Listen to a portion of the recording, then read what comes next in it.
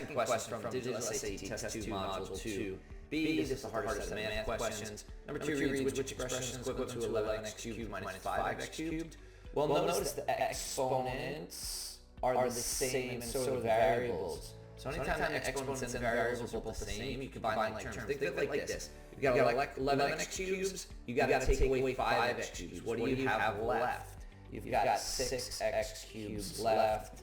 Correct answer is B. Answer is A is if you add them. And when you add or subtract with exponents that are the same, you do not change those exponents. See the link video. Check out the videos above this.